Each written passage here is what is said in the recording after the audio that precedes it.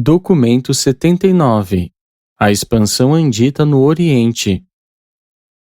A Ásia é o berço da raça humana. Foi em uma península do sul desse continente que Andon e Fonta nasceram. Nos planaltos daquilo que agora é o Afeganistão, os seus descendentes Badonan fundaram um centro primitivo de cultura que subsistiu por mais de 500 mil de anos. Nesse foco oriental da raça humana, os povos sanjiques diferenciaram-se da linhagem andônica, e a Ásia foi o seu primeiro lar, o seu primeiro território de caça e o seu primeiro campo de batalha. A parte sudoeste da Ásia testemunhou as civilizações dos Dalamatianos, dos Noditas, dos Adamitas e dos Anditas sucederem-se. Partindo dessas regiões, o potencial da civilização moderna espalhou-se pelo mundo. 1. Os Anditas do Turquestão. Por mais de 25 mil anos, até quase 2000 a.C., o centro da Eurásia era predominantemente andita, embora isso estivesse diminuindo. Nas terras baixas do Turquestão, os anditas voltaram-se para o oeste, contornando os lagos interiores na direção da Europa e, partindo dos planaltos dessa região, infiltraram-se na direção leste. O Turquestão Oriental, o Xinjiang, e, uma extensão menor, o Tibete, foram as entradas antigas através das quais esses povos da Mesopotâmia penetraram nas montanhas, indo até as terras setentrionais dos homens amarelos. A infiltração andita na Índia veio dos planaltos do Turquestão até o Punjab e dos pastos iranianos, passando através do Beluchistão. Essas primeiras migrações não foram conquistas, em nenhum sentido, foram antes a corrente contínua das tribos anditas indo para a Índia Ocidental e para a China. Durante quase 15 mil anos, os centros de cultura mista andita perduraram na bacia do rio Tarim, no Xinjiang, e, para o sul, nas regiões dos planaltos do Tibete, onde amplamente os anditas e os andonitas miscigenaram-se. O Vale do Tarim era, a leste, o posto fronteiriço da verdadeira cultura andita. Ali construíram as suas colônias e mantiveram relações de comércio com os chineses desenvolvidos a leste e com os andonitas ao norte. Naquela época, a região do Tarim tinha uma terra fértil, as chuvas eram abundantes.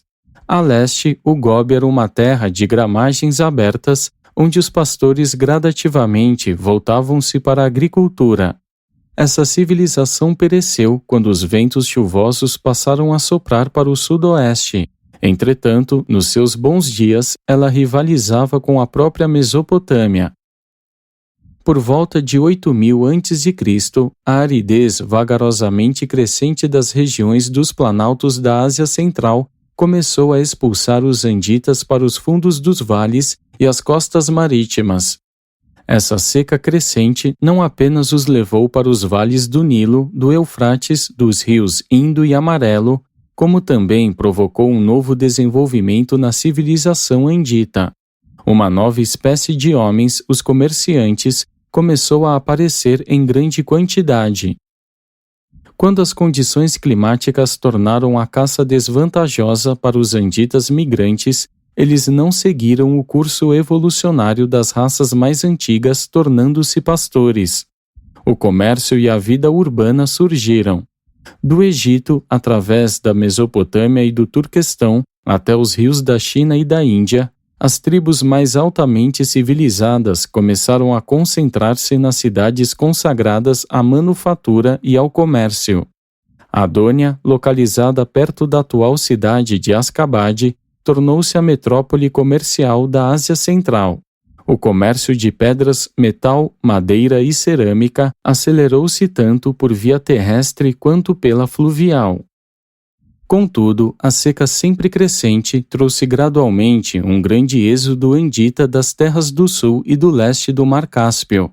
A maré de migração começou a mudar da direção norte para o sul e os cavaleiros da Babilônia começaram a invadir a Mesopotâmia. A aridez crescente na Ásia Central colaborou ainda mais para reduzir a população e para tornar esse povo menos guerreiro. E, quando as chuvas decrescentes ao norte forçaram os andonitas nômades a irem para o sul, houve um êxodo prodigioso de anditas do Turquestão. Esse foi o movimento final dos chamados arianos para o Levante e para a Índia. Esse movimento marcou o ápice daquela longa dispersão dos descendentes miscigenados de Adão, durante a qual todos os povos asiáticos e a maioria dos povos das ilhas do Pacífico foram, em uma certa medida, aperfeiçoados por essas raças superiores. Assim, ao dispersarem-se no hemisfério oriental, os anditas ficaram desprovidos das suas terras originais na Mesopotâmia e no Turquestão, pois foi esse movimento abrangente dos andonitas para o sul que diluiu os anditas na Ásia Central quase até o seu desaparecimento. Contudo, no século XX d.C., ainda há traços de sangue andita entre os povos turanianos e tibetanos, como é testemunhado pelos tipos louros que ocasionalmente são encontráveis nessas regiões. Os anais primitivos dos chineses registram a presença de nômades de cabelos vermelhos ao norte das pacíficas colônias do Rio Amarelo, e ainda há pinturas que registram fielmente a presença tanto do tipo andita louro quanto dos tipos mongóis morenos na bacia do Tarim de muito tempo atrás. A última grande manifestação do gênio militar submergido dos anditas da Ásia Central ocorreu em 1200 d.C., quando os mongóis, sob o comando de Gengis Khan, começaram a conquista da maior parte do continente asiático. E, como os anditas do passado, esses guerreiros proclamavam a existência de um só Deus no céu. A dissolução prematura do seu império retardou em muito o intercâmbio cultural entre o Ocidente e o Oriente, e foi um grande obstáculo ao crescimento do conceito monoteísta na Ásia. 2. A conquista andita da Índia. A Índia é o único local em que todas as raças de Urântia foram miscigenadas, a invasão andita trazendo a última contribuição.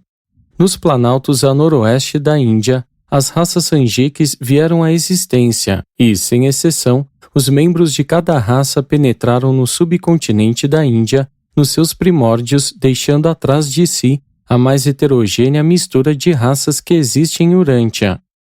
A Índia antiga atuou como uma bacia coletora para as raças em migração.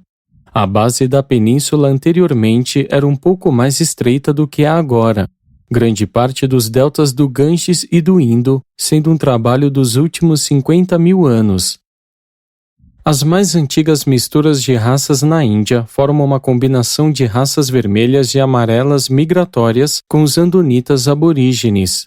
Esse grupo foi enfraquecido posteriormente quando absorveu maior porção dos extintos povos verdes do leste, bem como um grande número da raça laranja.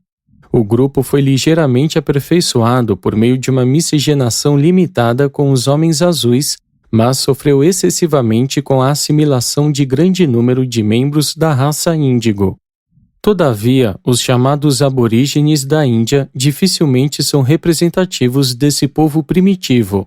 Eles são antes a facção sulina, inferior e oriental, que nunca foi plenamente absorvida pelos anditas primitivos nem pelos seus primos arianos a surgirem mais tarde. Por volta de 20.000 a.C., a população da parte ocidental da Índia já se havia tornado matizada pelo sangue adâmico e, nunca na história de Urântia, qualquer povo combinou tantas raças diferentes. Infelizmente, porém, as linhagens Sanjiques secundárias predominaram e foi uma verdadeira calamidade que as raças azul e vermelha estivessem tão amplamente ausentes dessa fusão racial do passado longínquo. Se tivesse havido mais linhagens Sanjiques primárias, elas teriam contribuído muito para o engrandecimento do que poderia ter sido uma civilização ainda mais desenvolvida. A situação desenvolveu-se assim. O homem vermelho foi destruído a si próprio nas Américas, o homem azul espalhava-se pela Europa e os descendentes primitivos de Adão e a maioria dos posteriores demonstravam pouco desejo de miscigenação com os povos de cores mais escuras, fosse na Índia, África ou outros lugares. Por volta de 15.000 a.C., o impulso de uma população crescente no Turquestão e no Irã ocasionou o primeiro movimento andita realmente extenso na direção da Índia. Durante quase 15 séculos, esses povos superiores afluíram para os planaltos do Beluquistão, espalhando-se pelos vales do Indo e do Ganges, indo vagarosamente para o sul pelo Decã adentro. Essa pressão andita vinda do noroeste levou muitas das linhagens inferiores do sul e do leste para a Birmânia e para o sul da China, mas não o suficiente para salvar os invasores da obliteração racial. A Índia não teve êxito em conseguir a hegemonia da Eurásia em boa medida por uma questão quase que de topografia.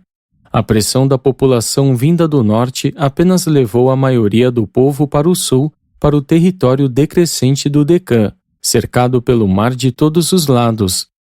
Se houvessem existido terras adjacentes para a imigração, as raças inferiores teriam sido expulsas para todas as direções, e as linhagens superiores teriam alcançado uma civilização mais elevada.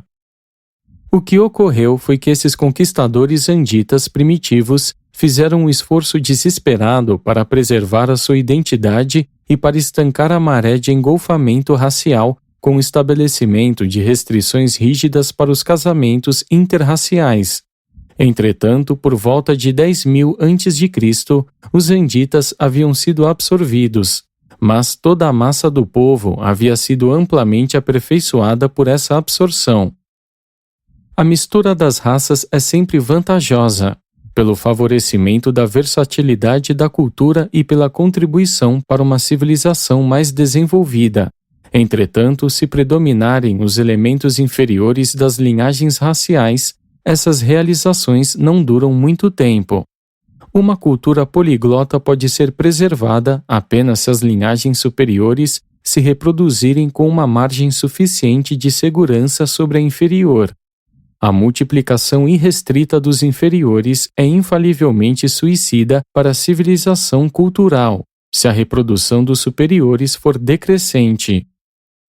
Se os conquistadores houvessem ultrapassado em 3 vezes o próprio número, ou se eles houvessem expulsado ou destruído a terça parte menos desejável dos habitantes alaranjado-verde índigos, então a Índia ter-se-ia tornado um dos principais centros mundiais de civilização cultural e teria, indubitavelmente, atraído mais das ondas posteriores dos mesopotâmios que fluíram para o Turquestão e dali para o norte até a Europa.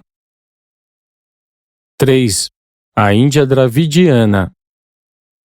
A mesclagem dos conquistadores anditas da Índia com as raças nativas resultou finalmente naquele povo misturado que tem sido chamado de dravidiano.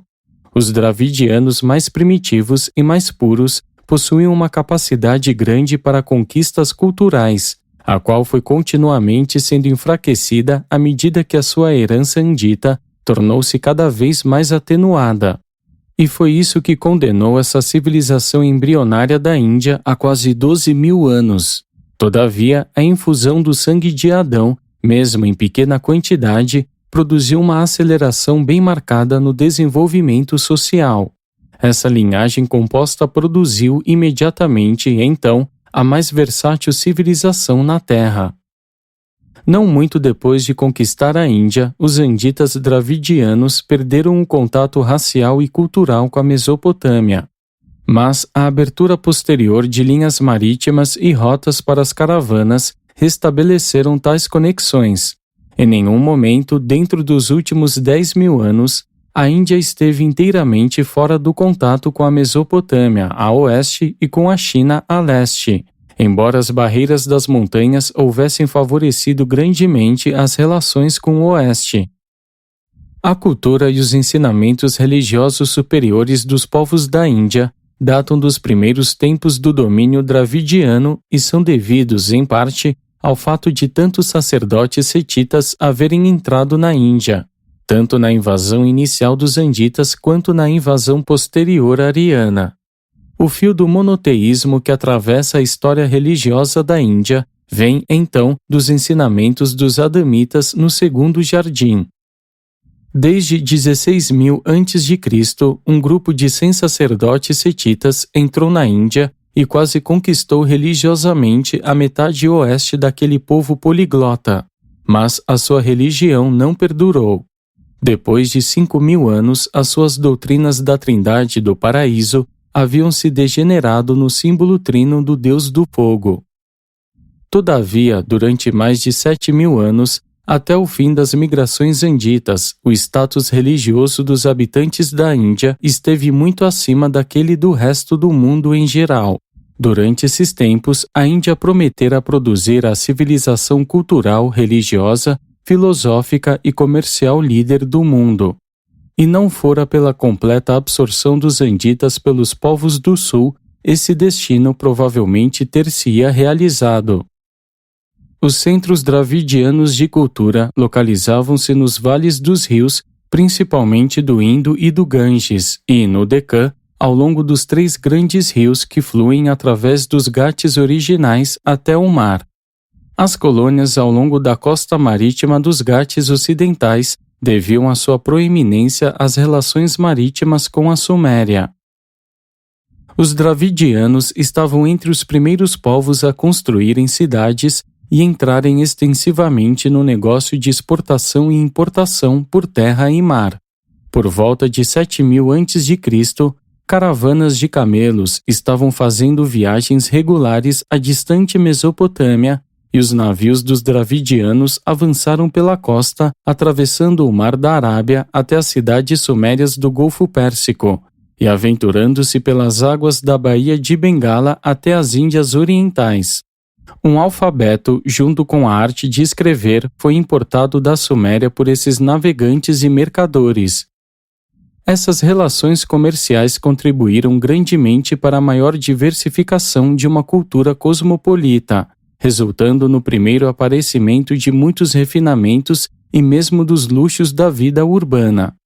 Quando os arianos que vieram depois entraram na Índia, eles não reconheceram, nos dravidianos, os seus primos anditas submergidos nas raças sanjiques, mas encontraram uma civilização bem avançada.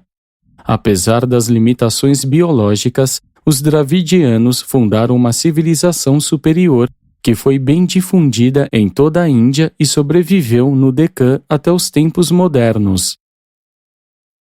4. A invasão ariana da Índia.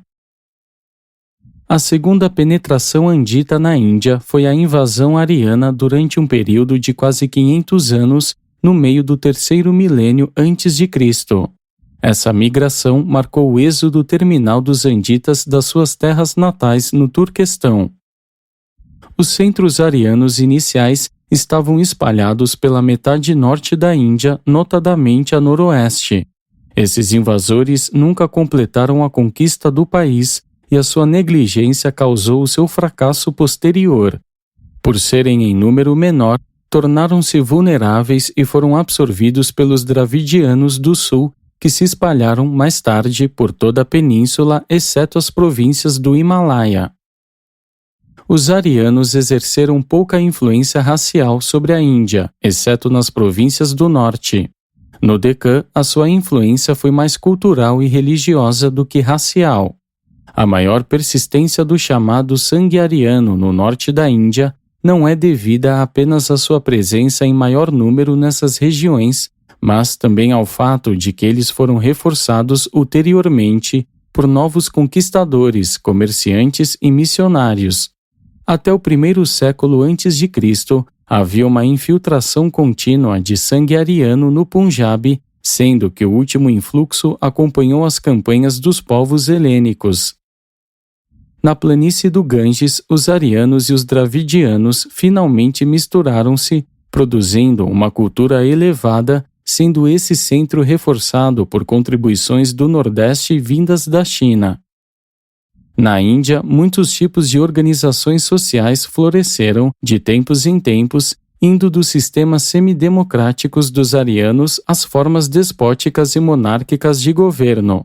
Todavia, o aspecto mais característico dessa sociedade foi a persistência de grandes castas sociais que foram instituídas pelos arianos em um esforço para perpetuar a identidade racial. Esse sistema elaborado de castas tem sido preservado até a época presente. Das 4 grandes castas, afora a primeira, foram todas estabelecidas em um esforço de antemão condenado ao fracasso para impedir a amalgamação social dos conquistadores arianos com seus súditos inferiores.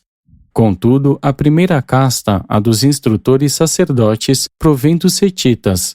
Os brahmanes do século XX da era cristã são descendentes culturais, em linha direta, dos sacerdotes do segundo jardim, embora os seus ensinamentos em muito discordem daqueles dos seus ilustres predecessores.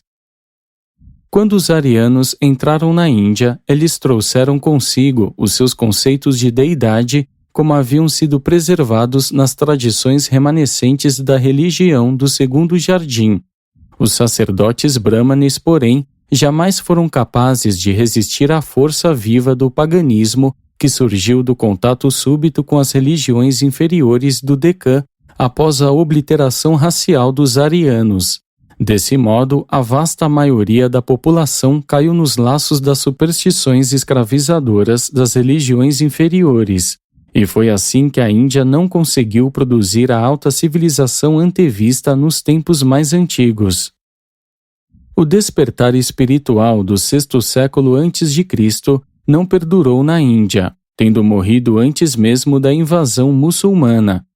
Algum dia, porém, um Gautama ainda maior pode surgir para liderar toda a Índia na procura do Deus vivo, e então o mundo observará a fruição das potencialidades culturais de um povo versátil que, por tanto tempo, permaneceu entorpecido sob o efeito de uma visão espiritual estagnada.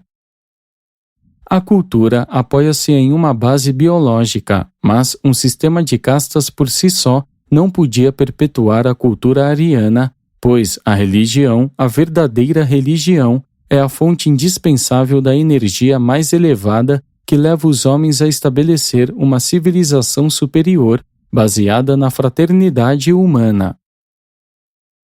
5. O Homem Vermelho e o Homem Amarelo. Enquanto a história da Índia é aquela da conquista andita e de sua absorção final por outros povos evolucionários, a história da Ásia Oriental é mais propriamente a dos Sanjiques primários, particularmente a do Homem Vermelho e do Homem Amarelo.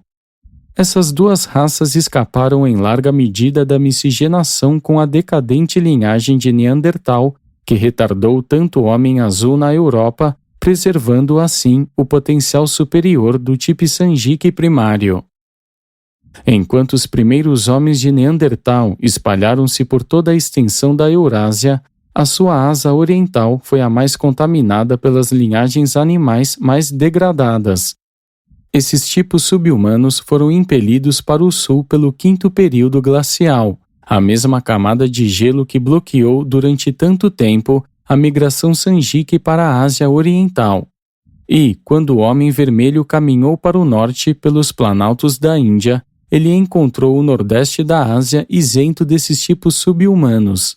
A organização tribal das raças vermelhas formou-se antes do que a de quaisquer outros povos, e eles foram os primeiros a migrar do foco Sanjique da Ásia Central.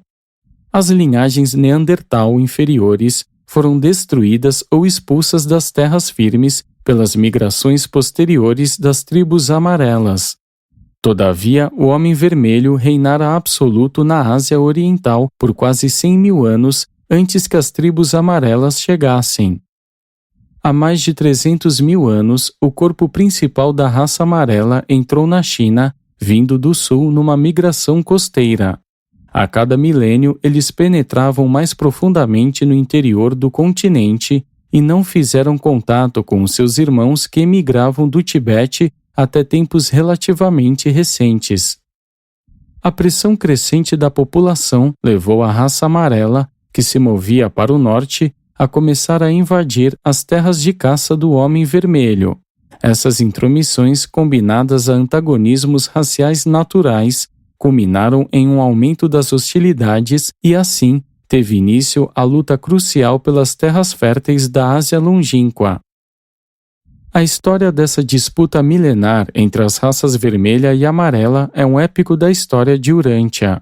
Por mais de 200 mil anos, essas duas raças superiores travaram guerras amargas e contínuas.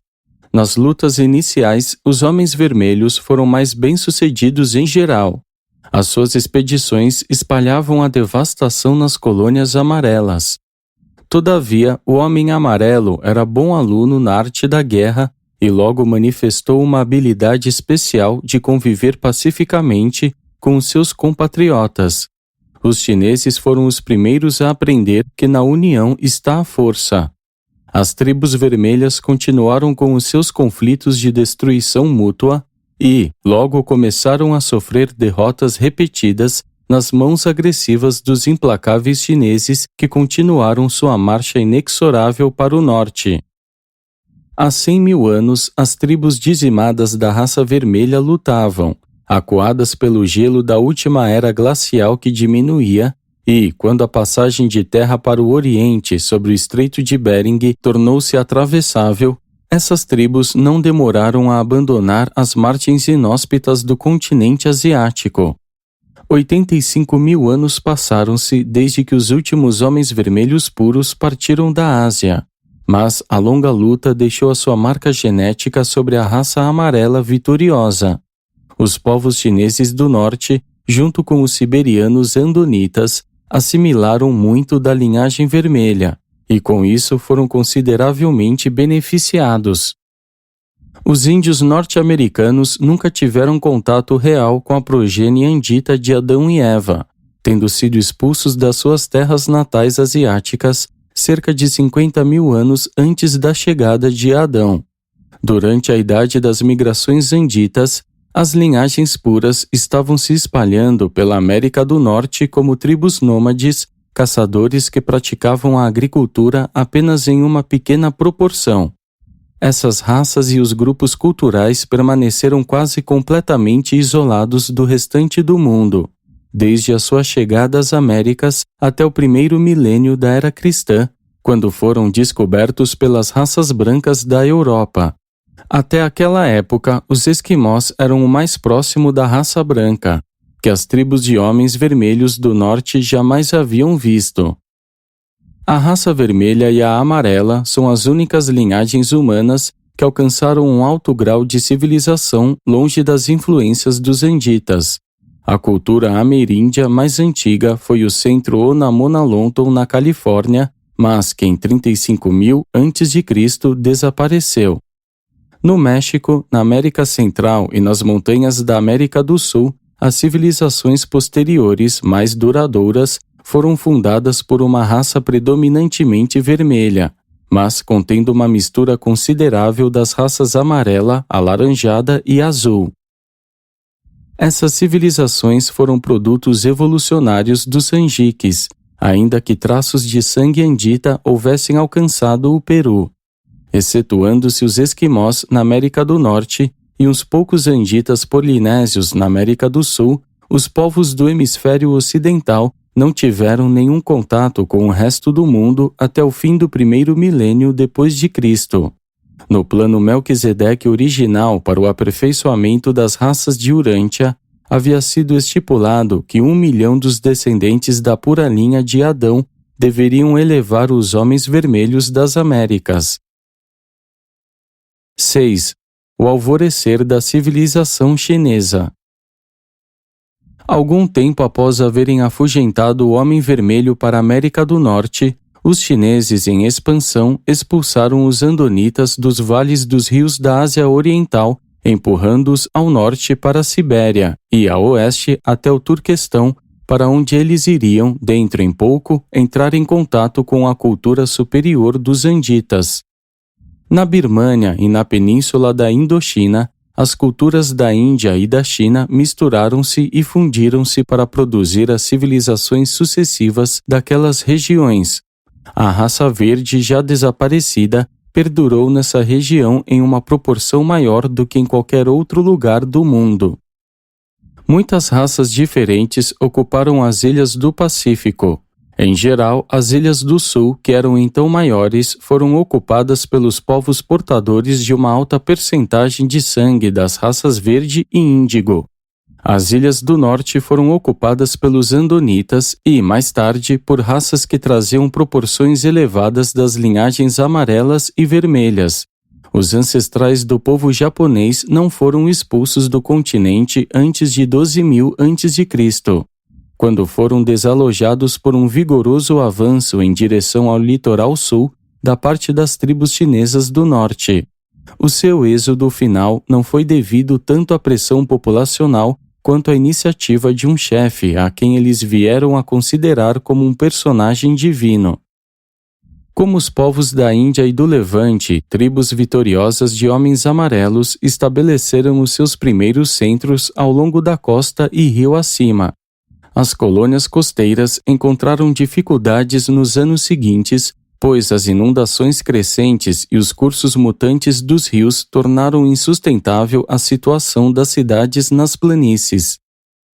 Há 20.000 anos, os ancestrais dos chineses haviam construído uma dúzia de grandes centros de ensinamento e cultura primitiva, especialmente ao longo do Rio Amarelo e do Yangtze. Esses centros começaram logo a se reforçarem com a chegada de uma corrente firme de povos mistos superiores vindos do Xinjiang e do Tibete. A migração do Tibete para o Vale do Yangtze não foi tão extensiva como no norte, nem os centros tibetanos foram tão avançados como aqueles da bacia do Tarim, mas ambos os movimentos tinham uma certa quantidade de sangue andita no lado oriental das colônias ribeirinhas. A superioridade da antiga raça amarela era dividida a 4 grandes fatores. 1. Genético. Diferentemente dos seus primos azuis na Europa, as raças vermelha e amarela haviam escapado grandemente da mistura com linhagens humanas degradadas. Os chineses do norte, reforçados já por quantidades pequenas das estirpes superiores vermelhas e andônicas, iriam em breve beneficiar-se de um considerável influxo de sangue andita. Os chineses do sul não tiveram tanto sucesso nesse sentido e padeciam, já havia muito, da absorção da raça verde, enquanto mais tarde iriam ser ainda mais enfraquecidos pela infiltração das multidões dos povos inferiores expulsos da Índia pela invasão dravidiano-andita. Existe hoje, na China, uma diferença definida entre as raças do norte e do sul. 2. Social. A raça amarela aprendeu logo o valor da paz entre si mesmos. O pacifismo interno contribuiu muito para o crescimento demográfico, bem como para assegurar a disseminação da sua civilização entre muitos milhões de indivíduos. Entre 25.000 e 5.000 a.C., a mais densa massa de civilização em Urântia encontrava-se na China Central e do Norte. O homem amarelo foi o primeiro a realizar a solidariedade racial, o primeiro a alcançar uma civilização social, cultural e política em larga escala. Os chineses de 15.000 a.C. eram militaristas agressivos. Eles não se haviam enfraquecido devido a uma reverência excessiva ao passado. Formavam um corpo compacto de pouco menos de 12 milhões de homens que falavam a mesma língua. Nessa época, eles construíram uma verdadeira nação muito mais unida e homogênea do que as uniões políticas de tempos históricos. 3. Espiritual. Durante a era das migrações anditas, os chineses estavam entre os povos mais espirituais da Terra. Uma longa adesão à adoração da verdade única, proclamada por Singleton, manteve-os à frente da maioria das outras raças. O estímulo de uma religião desenvolvida e avançada muitas vezes é um fator decisivo no desenvolvimento cultural. À medida que a Índia definhava, a China ia à frente, sob o estímulo revigorante de uma religião para a qual a verdade era colocada em um relicário como se fora a deidade suprema. Essa adoração da verdade provocou uma pesquisa e uma investigação destemida das leis da natureza e dos potenciais da humanidade. Os chineses de 6.000 anos atrás eram, outro sim, estudantes ardosos e empenhados na sua busca da verdade. 4. Geográfico. A China é protegida pelas montanhas a oeste e pelo Oceano Pacífico a leste. Apenas ao norte fica aberto o caminho para a invasão e, desde a época do Homem Vermelho até a vinda dos descendentes posteriores dos Anditas, o norte não foi ocupado por nenhuma raça agressiva. E não fora a barreira das montanhas e mais tarde o declínio da sua cultura espiritual, a raça amarela teria atraído para si, sem dúvida, a maior parte das migrações anditas que foram para o Turquestão e teria inquestionável e rapidamente dominado a civilização do mundo. 7. Os Anditas entram na China. Há cerca de 15.000 anos, os Anditas, em número considerável, atravessaram a garganta de Titao e espalharam-se pelo vale superior do Rio Amarelo, entre as colônias chinesas de Kansu. E, em breve, penetraram na direção leste no Honan, onde estavam situadas as colônias de maior progresso. Essa infiltração do oeste era meio andonita e meio andita. Os centros de cultura do norte, ao longo do Rio Amarelo, haviam sempre sido mais desenvolvidos que as colônias do sul, no Yangtze. Dentro de poucos milhares de anos depois da chegada, mesmo em pequenos números, desses mortais superiores, as colônias ao longo do Rio Amarelo haviam se distanciado das aldeias Yangtze e alcançado uma posição avançada sobre os seus irmãos do sul, a qual foi mantida desde então. Não é que houvesse tantos anditas, nem que a sua cultura fosse tão superior, mas a miscigenação deles produziu uma raça mais versátil. Os chineses do norte receberam uma quantidade suficiente de sangue andita para estimular moderadamente suas mentes inatamente dotadas, mas não tanto que as inflamasse com a curiosidade exploradora tão características das raças brancas do norte. Essa infusão mais limitada de herança andita foi menos perturbadora da estabilidade inata do tipo Sanjiki. As ondas posteriores de anditas trouxeram com eles alguns dos avanços culturais da Mesopotâmia. Isso é especialmente verdadeiro a respeito das últimas ondas de migração vindas do Ocidente. Eles melhoraram em muito as práticas econômicas e educacionais dos chineses do Norte. E, embora sua influência sobre a cultura religiosa da raça amarela haja sido pouco duradoura, os seus descendentes posteriores contribuíram muito para um despertar espiritual subsequente. As tradições anditas da beleza do Éden e da Dalamátia, contudo, influenciaram as tradições chinesas. As lendas chinesas primitivas situam a terra dos deuses no Ocidente. O povo chinês só começou a construir cidades e a engajar-se na manufatura depois de 10.000 a.C., posteriormente às alterações climáticas no Turquestão e à chegada dos últimos imigrantes anditas. A infusão desse novo sangue não acrescentou tanto à civilização do homem amarelo, mas estimulou um desenvolvimento posterior rápido das tendências latentes das raças chinesas superiores. De Honan a Shenzi, os potenciais de uma civilização avançada estavam dando frutos. A metalurgia e todas as artes da manufatura datam dessa época. As semelhanças entre alguns dos métodos primitivos chineses e mesopotâmios no cálculo do tempo, na astronomia e na administração do governo eram devidas às relações comerciais entre esses dois centros bastante distantes. Os mercadores chineses viajavam pelas rotas terrestres, atravessando o Turquestão e a Mesopotâmia, mesmo nos tempos dos Sumérios. E essas trocas não eram unilaterais, pois o Vale do Eufrates beneficiava-se consideravelmente delas, tanto quanto os povos das planícies do Ganges.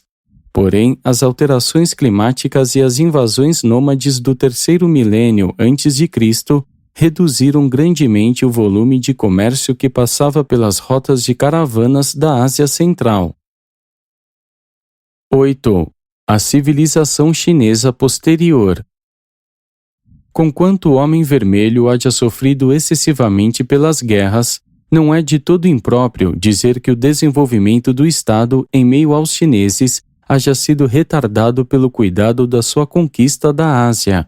Eles tinham um grande potencial de solidariedade racial que, no entanto, deixou de desenvolver-se apropriadamente por causa da ausência do estímulo contínuo da presença do perigo de agressão externa.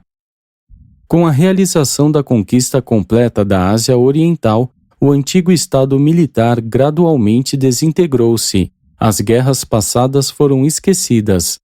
Da luta épica com a raça vermelha, apenas perdurou a tradição vaga de uma disputa antiga com os povos arqueiros. Os chineses logo se voltaram para a agricultura, o que acentuou ainda mais as suas tendências pacíficas. Ao mesmo tempo, a população indicava uma relação homem-solo bem abaixo do ponto de saturação agrícola, e isso veio a contribuir ainda mais para a vida pacífica do país. A consciência de realizações do passado, um tanto reduzidas no presente, o conservadorismo de um povo, em sua maioria de agricultores, e uma vida familiar bem desenvolvida deram nascimento à veneração dos ancestrais, culminando no costume de honrar os homens do passado quase até a adoração. Uma atitude bastante semelhante prevaleceu entre as raças brancas na Europa durante cerca de 500 anos depois da queda da civilização greco-romana. A crença e a adoração da verdade única, como ensinada por Singleton, nunca deixou de existir inteiramente. Mas, com o passar do tempo, a busca de uma verdade nova e mais elevada foi obscurecida pela tendência crescente de venerar aquilo que já fora estabelecido. Lentamente, o gênio da raça amarela desviou-se da busca do desconhecido e voltou-se para a preservação do conhecido. E essa é a razão para a estagnação daquela que havia sido a civilização que mais rapidamente progredira no mundo. Entre 4500 a.C., a reunificação política da raça amarela foi consumada, mas a união cultural dos centros dos rios Yangtze e Amarelo havia já sido efetuada. Essa reunificação política dos grupos tribais mais recentes não foi feita sem conflito, mas a estima que a sociedade tinha pela guerra permaneceu baixa. A adoração dos ancestrais, a multiplicação dos dialetos e nenhum apelo para a ação militar durante milhares e milhares de anos haviam tornado esse povo ultrapacífico. A despeito do fracasso em cumprir a promessa do desenvolvimento rápido até um estado avançado, a raça amarela avançou progressivamente para uma realização nas artes da civilização, sobretudo nos domínios da agricultura e da horticultura. Os problemas hidráulicos enfrentados pelos agricultores em Shenzi e Honan demandaram uma cooperação grupal para que fossem solucionados. Essa irrigação e as dificuldades para a conservação do solo contribuíram, em grande medida, para o desenvolvimento da interdependência dos grupos de agricultores com a consequente promoção da paz entre eles. Os desenvolvimentos precoces na escrita, junto com o estabelecimento de escolas, logo contribuíram para a disseminação do conhecimento em uma escala nunca antes igualada, mas a natureza enfadonha do sistema da escrita ideográfica colocou um limite numérico nas classes instruídas, a despeito do aparecimento, logo a seguir, da imprensa. Acima de tudo, o processo de padronização social e de dogmatização religioso-filosófica continuou crescente. O desenvolvimento religioso da veneração dos ancestrais tornou-se ainda mais complexo por um influxo de superstições envolvendo a natureza do culto, mas os vestígios prolongados de um conceito real de Deus ficaram preservados no culto imperial de Shang-Chi. A grande fraqueza da veneração dos ancestrais é que ela promove a filosofia do retrógrado. Por mais sábio que seja recolher a sabedoria do passado, é insano considerá-lo como uma fonte exclusiva de verdade. A verdade é relativa e está em expansão.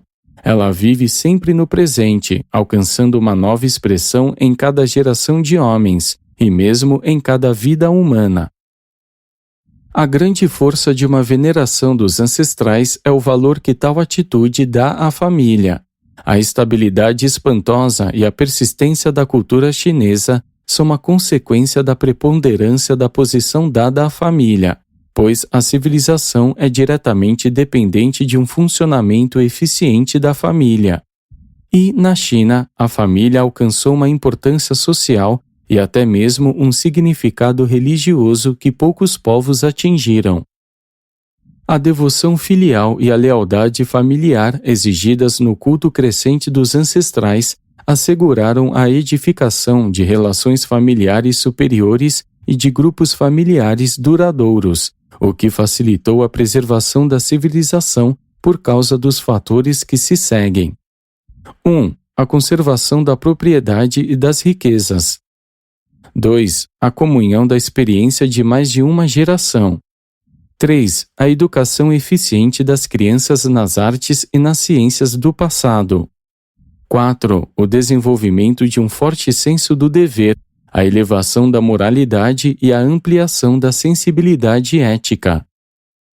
O período formativo da civilização chinesa, iniciada com a vinda dos Anditas, continua até o grande despertar ético, moral e semi-religioso do sexto século a.C., e a tradição chinesa mantém um registro de lembrança do passado evolucionário, a transição da família matriarcal para a família patriarcal, o estabelecimento da agricultura, o desenvolvimento da arquitetura, a iniciação da indústria. Todas essas etapas são narradas sucessivamente. E essa história apresenta, com uma precisão maior do que qualquer outra narrativa semelhante, um quadro da ascensão magnífica de um povo superior desde os níveis da barbárie. Durante esse tempo, os chineses passaram de uma sociedade agrícola primitiva para uma organização social mais elevada, abrangendo as cidades, as manufaturas, a metalurgia, as trocas comerciais, o governo, a escrita, a matemática, a arte, a ciência e a imprensa. A civilização antiga da raça amarela perdurou assim através dos séculos. Já se passaram quase 40.000 anos desde que os primeiros avanços importantes foram feitos na cultura chinesa. E, embora tenha havido muitos retrocessos, a civilização dos filhos de Han está mais próxima de apresentar um quadro contínuo de progresso até o século XX. Os desenvolvimentos mecânico e religioso das raças brancas têm sido de ordem elevada, mas nunca ultrapassaram os chineses na lealdade familiar, na ética grupal, nem na moralidade pessoal. Essa cultura antiga contribuiu muito para a felicidade humana. Milhões de seres humanos têm vivido e morrido abençoados pelas suas realizações. Durante séculos, essa grande civilização descansou sobre os louros do passado, entretanto, está redespertando ainda agora para visualizar novamente as metas transcendentes da existência mortal, para retomar a luta incessante por um progresso sem fim. Apresentado por um arcanjo de Nébadon.